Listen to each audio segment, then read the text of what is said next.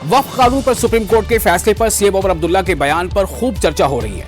दरअसल एक तरफ तो उमर अब्दुल्ला ने इस फैसले का इस्तकबाल किया है, लेकिन साथ ही कुछ ऐसे रिमार्क्स भी दिए हैं जिस पर लोगों की अलग अलग राय है। सीएम उमर अब्दुल्ला ने कहा है कि वक्फ बिल में एक ही मजहब के लोगों को निशाना बनाया जा रहा है, कानून के दायरे में एक मजहब की जायदादों को लाया गया। उन्होंने कहा कि अच्छी बात यह रही कि सुप्रीम कोर्ट ने इसको समझा है। सुनिए सीएम अब्दुल्ला को। ये बड़ी अच्छी बात है।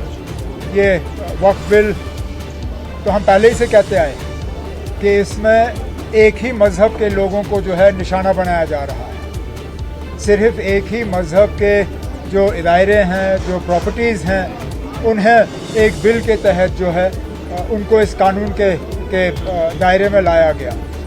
अच्छी बात है कि सुप्रीम कोर्ट ने भी इस चीज़ को समझा है और उसका एक बहुत मेन इशू जहाँ पे हुकूमत का इल्ज़ाम है कि गैर कानूनी तौर जो है किसी वक्फ ने ज़मीन पे कब्ज़ा किया हुआ है। अब हुकूमत उस ज़मीन को वापस नहीं ले सकती जब तक कि अपनी पूरी कार्रवाई वो मुकम्मल नहीं करते। अच्छी बात है।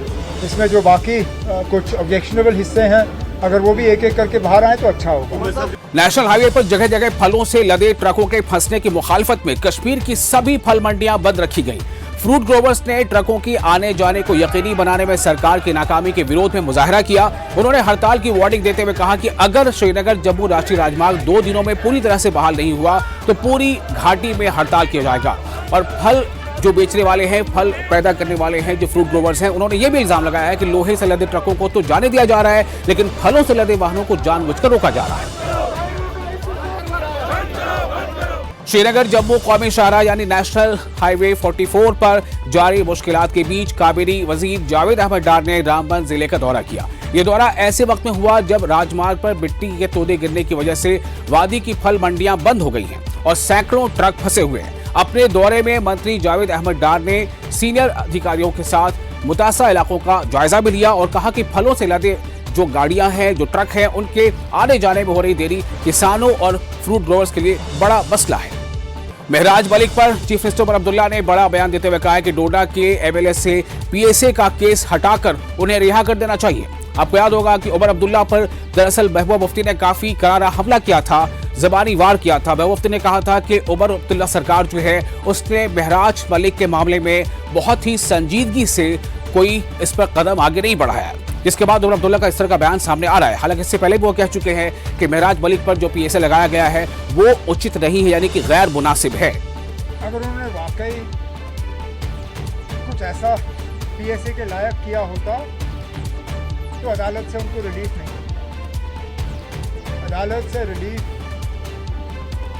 मिलने का जो मुझे लगता है उससे मतलब ये निकाला जा सकता है कि जो भी उनकी गलती रही वो पीएसए के तहत गिरफ्तार होने के लायक नहीं था। मुझे लगता है चुपचाप तरीके से हुकूमत के उस हिस्से को बिना कुछ कहे हुए अपनी गलती का तस्लीम करके उनको छोड़ दिया जाना चाहिए। बाकी जैसे अदालत ने कहा, पुलिस अपनी इंक्वायरी जो है वो जारी रखें, पुलिस अपनी इन्वेस्टिगेशन करते रहें।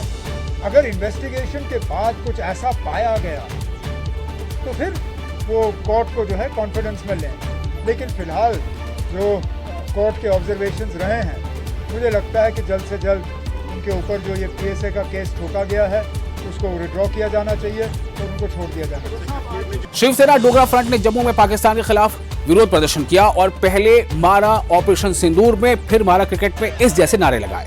नारे लगाते हुए शिवसेना डोगरा फ्रंट के सदर अशोक गुप्ता ने कहा कि कुछ लोग भारत बनाम पाकिस्तान क्रिकेट मैच की मुखालफत कर रहे थे, लेकिन वजीर आजम नरेंद्र मोदी ने अपने फैसले से एक बार फिर साबित कर दिया है कि भारत ने पाकिस्तान को हर शोबे में शिकस्त दी है।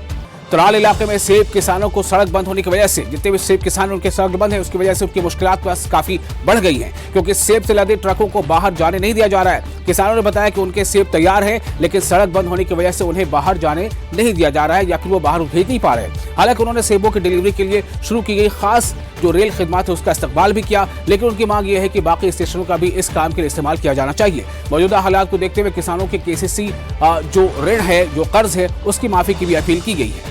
और लैंडस्लाइडिंग की वजह से कई जगहों पर रास्ते टूटे हुए हैं, जिसकी वजह से फलों से लदी गाड़ियां जगह जगह अटकी हुई है। लेकिन अब लोगों को अपने फलों की सप्लाई के लिए ज्यादा परेशान होने की जरूरत नहीं है। एलजी मनोज सिन्हा ने जम्मू कश्मीर के लोगों को बड़ी सौगात दी है और एलजी मनोज सिन्हा ने पार्सल ट्रेन को हरी झंडी दिखाई। ये ट्रेन नौगाम रेलवे स्टेशन से दिल्ली तक फलों की सप्लाई करेगी। इस ट्रेन से शुरू होने से जम्मू कश्मीर के जो ताजिर हैं उनमें खुशी का माहौल है, क्योंकि वो पहले ट्रांसपोर्ट या फिर सड़क खराब होने की वजह से माल की सप्लाई में जो देरी होती थी, अब उनमें थोड़ी राहत मिलेगी। बारामूला के कुंजर जोन के कोंचीपुरा इलाके में एक सरकारी मिडिल स्कूल के लगभग 23 बच्चे चिकन पॉक्स से इन्फेक्टेड पाए गए हैं। इस बीच बारामूला से एक मेडिकल टीम इलाके में पहुंची है और आगे की जांच के लिए घर घर जाके बच्चों के खून के नमूने कलेक्ट किए गए हैं। कुंजर नगर कमेटी ने स्कूल को भी सैनिटाइज किया है। लोगों को डर है कि ये बीमारी बच्चों में और फैल सकती है, जिससे इलाके में दहशत का माहौल है।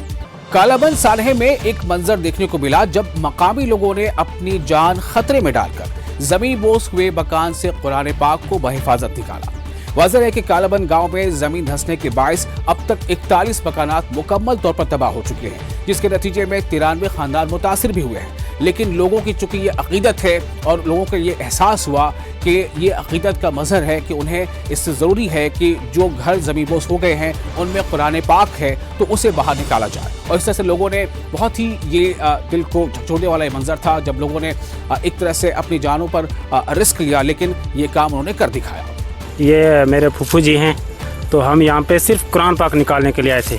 यहाँ पे सामान वगैरह और कोशिश थी हमारे के कुछ सामान अगर निकल सके तो हम निकालेंगे, लेकिन यहाँ से और कुछ सामान नहीं निकला, सिर्फ कुरान पाक और कुछ इस्लामिक किताबें निकली यहाँ से, बस। इसके अलावा कुछ भी नहीं। जो यहाँ पे आपने देखा कि पूरे मकान पूरे तरह यहाँ पे ज़मीन के अंदर होगी, कितने मकान हैं ये आसपास जो पूरी तरह ज़मीन के अंदर डस गए हैं? ये तकरीबन 50 से ज़्यादा दस गए हैं और 50 से ज़्यादा जो आ गए ये सामने आपको दिख रहे हैं, नीचे दिन ब दिन आ रहे हैं। हर रोज़ दो तीन मकान जो हैं वो नीचे आ रहे हैं, टूट रहे हैं। मैं अल्लाह और अल्लाह के रसूल का बड़ा शुक्र अदा करता हूँ कि अल्लाह की ज़ात ने मुझसे ये अजीम काम लिया है।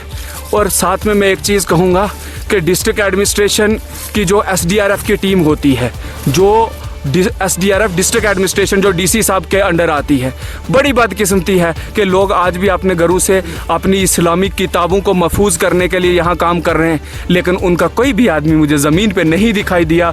बस मेरी आंखों में आंसू हैं, इसके सिवा मैं कुछ नहीं कह सकता। जी जी। अच्छा, मेरे लिए दुआ करो कि छोटे छोटे मेरे बच्चे हैं, बिल्कुल 10 साल के हैं, उनके लिए अल्लाह ताला मतलब महफूज रखे।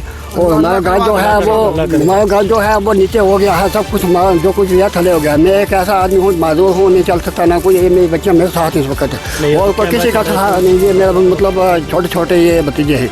मुख्तलिफ स्टेक होल्डर्स देही फुटबॉल को फरोग देने की कोशिश कर रहे हैं और खिलाड़ियों की एक बड़ी तादाद इस खेल से मुतालिक सहूलियात हासिल करने के लिए श्रीनगर आ रही है, जो नौजवानों को मजबूरी तरक्की के लिए एक अहम अंसर समझा जाता है। स्टेक होल्डर्स ने कहा है कि इन्हें कश्मीर के दही इलाकों में काफी टैलेंट मिला है, लेकिन खिलाड़ियों के पास कौमी और बैनुल-अक़वामी सतह पर अपनी सलाहियतों को दिखाने के लिए कोई मुनासिब प्लेटफॉर्म नहीं है। तो दोस्तों, जम्मू कश्मीर की ये थी 10 अहम खबरें। आपको ये खबरें कैसी लगती हैं? आप हमें कमेंट बॉक्स पे अपनी राय जरूर शेयर कर सकते हैं। आप ये भी अपनी राय दे सकते हैं कि आप किस तरह की खबरों को ज्यादा तरजीह देते हैं या ज्यादा देखना चाहते हैं।